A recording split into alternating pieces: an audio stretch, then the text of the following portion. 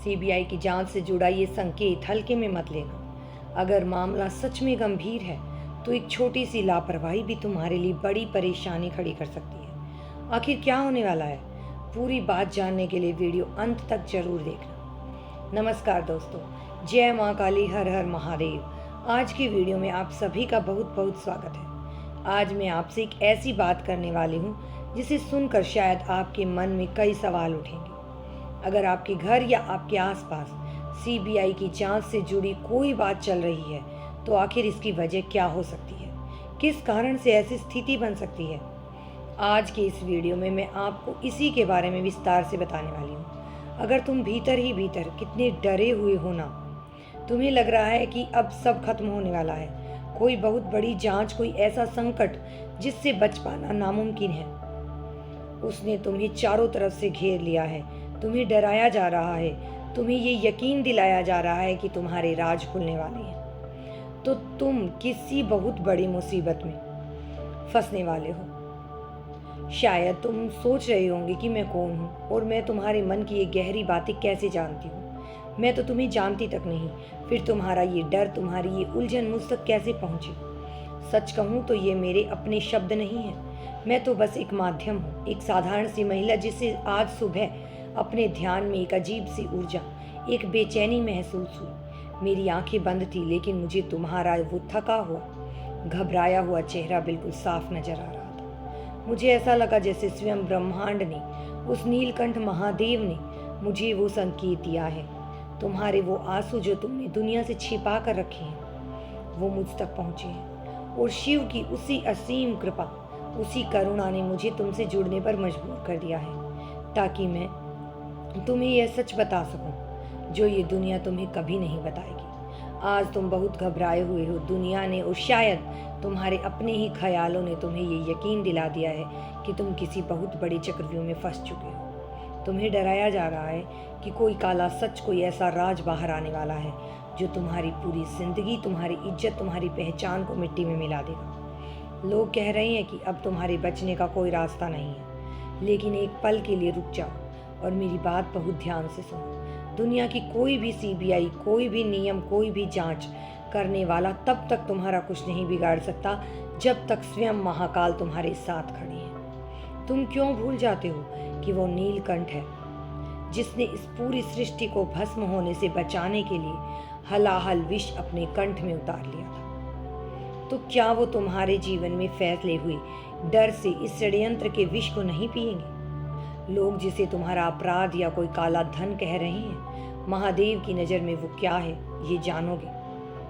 वो कोई पाप नहीं है, वो तो तुम्हारी अपनी ही मेहनत है, तुम्हारा अपना ही हक है, जो दुनिया के कुछ लालची और स्वार्थी लोगों ने सालों पहले तुमसे छल से छीन लिया था। याद करो वो दिन जब तुमने दिन रात एक कर दिया था, अपनी नींदें भूलकर, अपनी खुशियाँ भूलकर, अपने परिवार के लिए, अपने बच्चों के लिए, एक छोटी सी मुस्कान के लिए अपना पसीना बहाया था। तुमने पूरी ईमानदारी और सच्चाई से अपना काम किया था, लेकिन तुम्हारे साथ धोखा हुआ, तुम्हारे साथ अन्याय हुआ और तुम्हारी वो कमाई किसी और ने हड़प ली।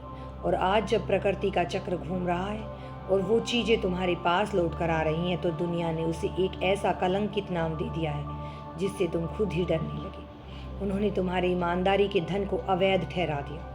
सिर्फ तुम्हें मानसिक रूप से तोड़ने के लिए मैं तुम्हें एक सच्ची बात बताती हूँ, बिल्कुल तुम्हारे जैसी ही कहानी।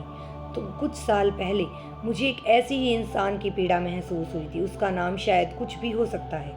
मान लो वो एक छोटा सा दुकानदार था, उसके अपने ही कुछ करीबी और बिजनेस पार्टनर्स ने मिलकर उसे ऐसे झूठे और गंभीर केस में फंसा दिया था कि सरकारी जांच और पुलिस ने उसकी रातों की नींद हराम कर दी थी। उसका सारा कमाया हुआ पैसा, जो उसकी जीवन भर की पूंजी थी, उसे जांच एजेंसियों ने यह कहकर सीज कर दिया कि यह गलत धन है। वो इंसान अंदर से पूरी तरह टूट चुका था। उसे हर पल यही डर सताता था कि अब वो जेल जाएगा, समाज में उसकी इज्जत मिट्टी में मिल जाएगी और उसके बच्चों का भविष्य सड़क पर आ जाएगा। उसने घर से निकलना बंद कर दिया, लेकिन उस घोर अंधकार में भी उसने महादेव के न्याय पर से अपना विश्वास नहीं डिगने दिया। वो चुपचाप सहता रहा।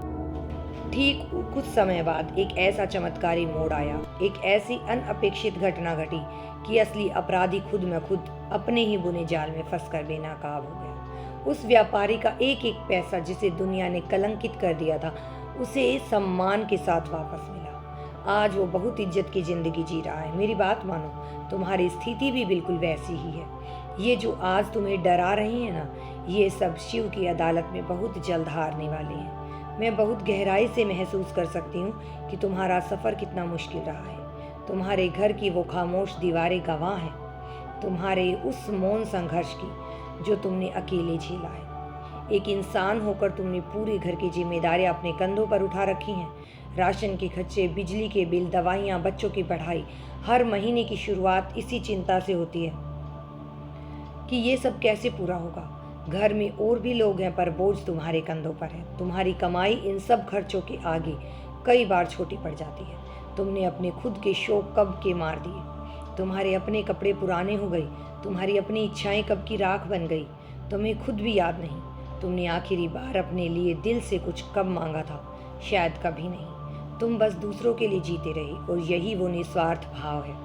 तुम्हारा यही वो मौन त्याग है जिसने आज शिव को तुम्हारे लिए संदेश भेजने पर विवश कर दिया है। मेरे पास कोई ऐसी जादुई साधन नहीं है जिससे मैं भविष्य देख सकूं, लेकिन मैं शिव की उस ऊर्जा को महसूस कर सकती हूँ जो आज तुम्हारे चारों तरफ एक सुरक्षा कवच बना रही है। ये जो आने वाले कुछ दिन है ना, खासकर अगले 4 दिन, ये तुम्हारे जीवन का वो पन्ना पलटने वाले हैं जिसकी तुमने कभी किसी ख्वाब में भी कल्पना नहीं की होगी। जो भाग्य किसी ने बांध दिया था वो अब खुल रहा है।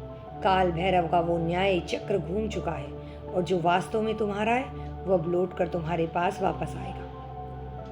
तुम्हें वो मुकुट, वो सम्मान, वो स्थान मिलने वाला है जिसके लिए तुम असली हकदार हो। अगर तुम व्यापार करते हो तो जो सौदे, जो काम पिछले कुछ समय से अटके पड़े थे वो अचानक से पूरे होने लगेंगे।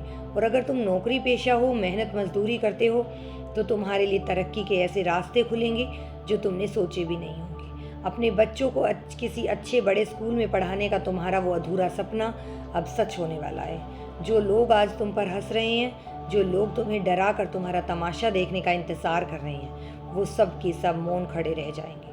पर मेरी एक बात बहुत गहराई से ध्यान रखना, जब इंसान के पास अचानक से सब कुछ आने लगता है, जब लंबे संघर्ष के बाद, सफलता के बाद दरवाजे एक साथ खुल जाते हैं, तो अक्सर इंसान की आंखें उस तेज रोशनी में चौंधिया जाती हैं। तुम्हें उस चमक में अंधा नहीं होना है। जब तुम्हारे पास वो सब आ जाए जिसके लिए तुमने सालों तक तरस तरस कर इंतज़ार किया है, तब अपने भीतर कोई भी अंधकार मत पनपने देना। जरा सी भी लापरवाही मत करना।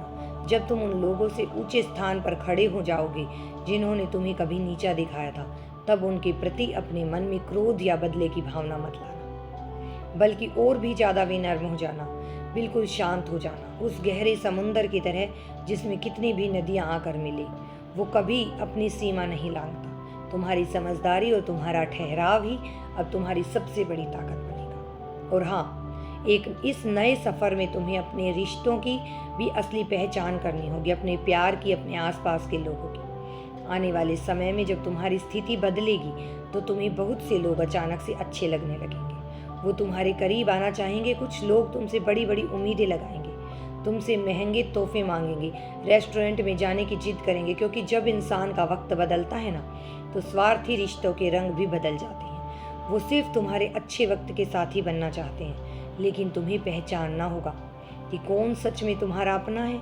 सच्चा प्यार वो अंधविश्वास नहीं है जो सिर्फ तुम्हारी सफलता और तुम्हारे पैसों के पीछे चले। सच्चा प्यार वो है जो जिसने तुम्हारे उन अंधेरे दिनों में भी तुम्हारा हाथ थामे रखा था, जब तुम्हारे पास उन्हें देने के लिए कुछ भी नहीं था सिवाय अपने आंसू के। उस सच्चे इंसान की हमेशा कद्र करना, उस रिश्ते को कभी मत टूटने देना, क्योंकि दुनिया में धन से ज़्यादा कीमती एक सच्चा और साफ दिल होता है। अब तुम्हें लग रहा होगा कि इस उलझन से बाहर निकलने के लिए तुम्हें क्या करना चाहिए। तुम्हें कुछ भी घबराहट में करने की ज़रूरत नहीं है। बस एक बहुत ही अनोखा लेकिन बहुत गहरा उपाय करना है। कोई किताबी तंत्र मंत्र नहीं, बल्कि आत्मा का समाधान। आज रात जब घर में सब सो जाएं और पूरी शांति हो, एक बिल्कुल कोरा कागज़ लेना। उस कागज़ पर अपना वो सबसे बड़ा डर लिख देना। वो डर जो तुम्हारी सांसें अटका रही हैं, वो जांच, वो केस, वो बदनामी या वो इंसान जो तुम्हें डरा रहा है। उस एक शब्द या वाक्य को लिखने के बाद उस कागज़ को अपने दोनों हाथों में बंद करना। अपनी आंखें बंद करके शिव का ध्यान करना और पूरे दिल से कहना, महादेव, मेरी ये फाइल, मेरी ये उलझन अब मैंने आपकी अदालत में जमा कर दी है। आज से आप ही मेरे वकील हैं और आप ही मेरे न्यायाधीश हैं। फिर उस कागज को सुरक्षित तरीके से जला देना। जैसे जैसे वो कागज राख होकर बदलेगा, महसूस करना कि तुम्हारा वो खौफ भी जलकर राख हो रहा है। अगले दिन सुबह उस राख को किसी बहते हुए पानी में या किसी पुराने पेड़ की जड़ में विसर्जित कर देना। ये सिर्फ एक कागज जलाना नहीं होगा, ये तुम्हारे डर और उस झूठे संकट की चिता होगी। और उसी दिन किसी भी एक ऐसे इंसान की मदद जरूर करना जो भूखा हो या जरूरतमंद हो, बिना उसे अपना नाम बताए, गुप्त रूप से। ये वो चाबी होगी जो तुम्हारी नई ऊर्जा और तुम्हारे रुके हुए धन के दरवाजे हमेशा के लिए खोल देगी। तुम्हें अपना कोई रास्ता, अपना कोई स्वभाव बदलने की जरूरत नहीं है। बस आने वाले इन 4 दिनों में जब भी तुम्हें थोड़ा सा भी वक्त मिले, अपने आसपास किसी भी शिव मंदिर में जाना, वहाँ जाना, पर वहाँ जाकर उनसे कुछ मांगना मत। कोई लालच नहीं, कोई शर्त नहीं, बस उस शिवलिंग के पास जाकर चुपचाप बैठ जाना, अपनी आंखें बंद करना और अपनी ये सारी चिंताएं, ये जो भी भारीपन तुम्हारे इस थके हुए सीने में है, वो सब का सब बिना कुछ कहे उन्हें सौंप देना। तुम बिल्कुल अकेले नहीं हो। वो महादेव जो पूरे ब्रह्मांड के पिता हैं, वो तुम्हारी हर धड़कन, हर खामोश आंसू का हिसाब रखते हैं। तुम्हारी वो पुरानी उलझने, तुम्हारा वो दुर्भाग्य अब हमेशा के लिए खत्म हो रहा है। एक बिल्कुल नई, बहुत ही पवित्र ऊर्जा तुम्हारे भीतर जन्म ले रही है। इसे महसूस करो, खुद को इस कॉस्मिक शांति में डूब जाने दो। किसी भी इंसान से, किसी भी सांसारिक जांच से डरने की कोई ज़रूरत नहीं, क्योंकि शिव की अदालत में तुम्हारे पक्ष में अपना फैसला सुना दिया गया है। बस एक लंबी सांस लो, अपने दिल पर हाथ रखो और एक हल्की सी मुस्कान के साथ खुद से कहो कि अब सब ठीक होने वाला है, क्योंकि तुम्हारा वो अच्छा वक्त जिसका तुमने सालों इंतज़ार किया, अब बस शुरू हो ही चुका है। हर हर महादेव।